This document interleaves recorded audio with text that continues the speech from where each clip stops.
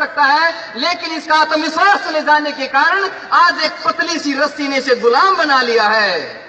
ये हाल होता है जब किसी का आत्मविश्वास चला जाता है।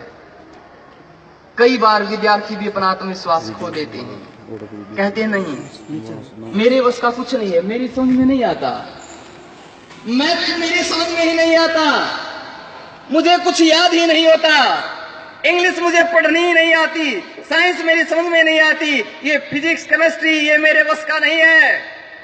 बस घर वाले भेजते हैं, मैं आता हूं, मंथली टेस्ट होते हैं, कभी पास नहीं होता, एक दो बार नकल मार के हो जाए तो हो जाए, मैं कुछ नहीं कर सकता, बस मेरा जीवन चल रहा है, मैं कहां अधिकारी कहां नौकरी, मेरे बस का कुछ नहीं है, घर वालों का दबाव है, बस मैं चल रहा हूं, मेरी समझ में ही नहीं आता, मुझे याद ही नहीं होता, मैं क्या कर सकता हूं।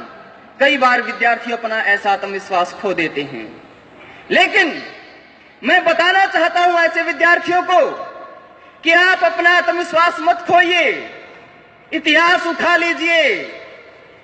अल्बर्ट आइंस्टीन कहता है मुझे बेंच पर खड़ा करके पीटा जाता था और मैथ के टीचर कहते थे तुम 7 जन्म मैथ नहीं सीख सकते।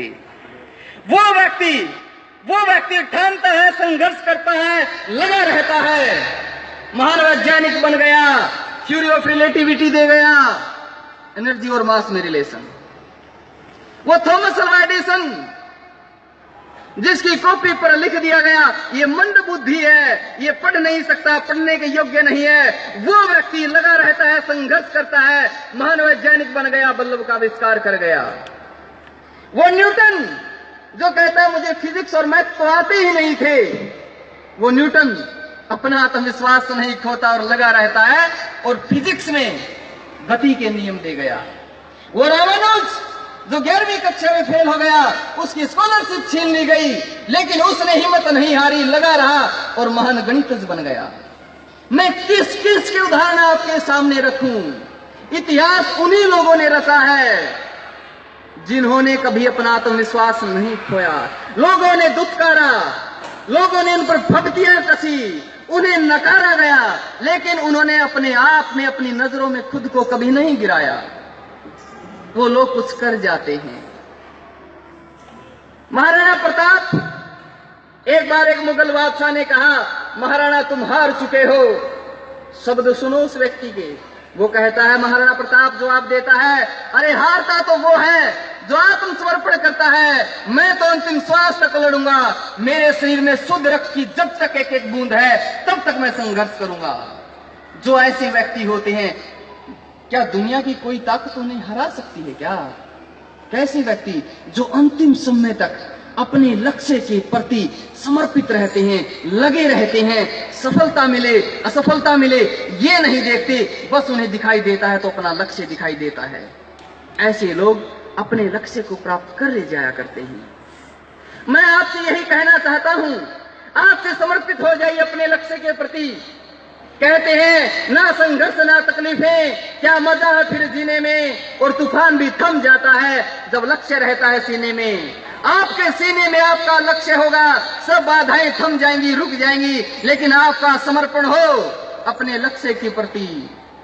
आप कहोगे ठीक है जी, मान लिया आपकी बात, आपसे कुछ करेंगे कोशिश, लेकिन मैं कहता हूं आज आप लक्ष्य के प्रति समर्पित हो गए, आप टॉप कर सकते हो।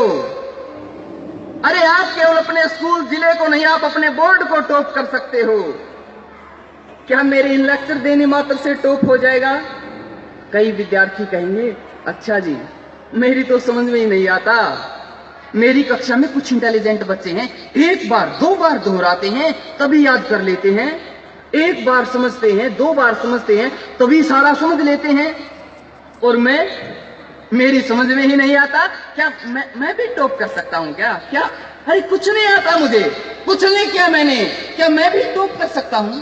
क्या मैं भी प्रथम श्रेणी में आ सकता हूं? क्या ऐसा संभव है? चलो बताते हैं आपको, उपाय बताते हैं, सुनो ना ध्यान से। वैसे 11वीं और 12वीं के बच्चे कहां बैठे, एक बार हाथ खड़े करना।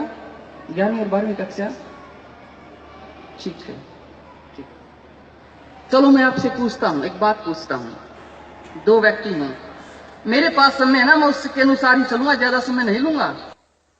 दो व्यक्ति हैं, एक के पास गाड़ी है और एक है पैदल यात्री। दोनों को यहां से हिसार जाना है, हिसार। तो दोनों में